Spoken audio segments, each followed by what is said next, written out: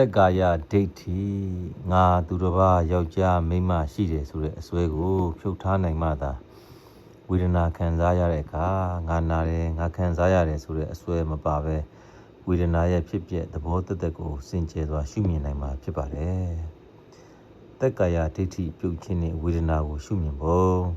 တက်ကာယဒိဋ္ဌိမပြုတ်သေးရင်ဝေဒနာပေါ်လာတာနဲ့ငါအသားကနာနေတာ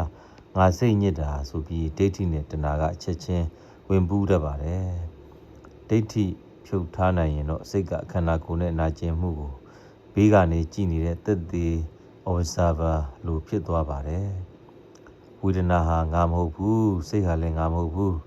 ယုံ nant ဓမ္မတွေရဲ့အကြောင်းတိုက်ဆိုင်လို့ဖြစ်ပေါ်လာတဲ့သဘောတသက်ပဲလို့မြင်ုံမျှတာမြင်ပါတော့တယ်ဝေဒနာကနေစိတ်ရဲ့သဘာဝကိုရှုခြင်းစိတ်တာနုပတနာ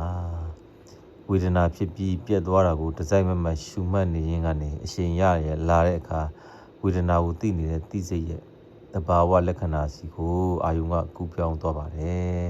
ဝေဒနာကခံစားတဲ့သဘောဆိုရင်စိတ်ကအာယုံကိုသိတတ်တဲ့သဘောသဘာဝလက္ခဏာတသက်ပဲရှိတယ်ဆိုတာကိုကိုယ်တိုင်မျက်မှောက်ပြုလာနိုင်ပါတယ်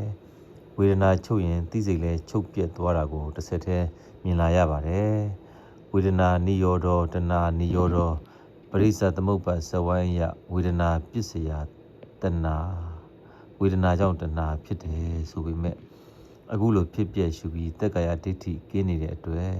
ဝေဒနာနဲ့တဏှာကြားထဲမှာလမ်းကြောင်းပြတ်တောက်သွားပါတယ်ဝေဒနာနိရောဓဝေဒနာ၏ခြုံငင်းရာ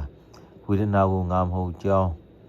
ဖြစ်ပြီးပြည့်တဲ့သဘောမျှတာဖြစ်ကြောင်းဉာဏ်နဲ့ထိုးထွင်းသိလို့ဝေဒနာအပေါ်တာယာမှုသို့မဟုတ်ဝေဒနာအပေါ်မုန်းတိမှုမရှိတော့တဲ့အခါတဏှာနိရောဓတဏှာ၏ခြုံငင်းရာတာယာကြအဖြစ်ရှာမတွေ့တော့တဲ့အတွက်ကြောင့်ဆွဲမဲ့တဲ့တဏှာလောဘသည်လည်းမဖြစ်ပေါ်နိုင်တော့ပဲအလိုလိုခြုံငင်းသွားပါတော့တယ်သက်ကာယဒိဋ္ဌိဖြုတ်ဝေဒနာမှာဖြစ်ပြရှုစိတ်ရဲ့သဘာဝကိုမြင်အောင်ကြည့်နိုင်ခြင်းကတဏှာကိုအမြင့်ဖြတ်ပြီးနိဗ္ဗာန်ကိုမျက်မှောက်ပြုဖို့အဖြောင့်တန်းဆုံးကမ္မထံလမ်းစဉ်အစစ်အမှန်ပဲဖြစ်ပါတယ်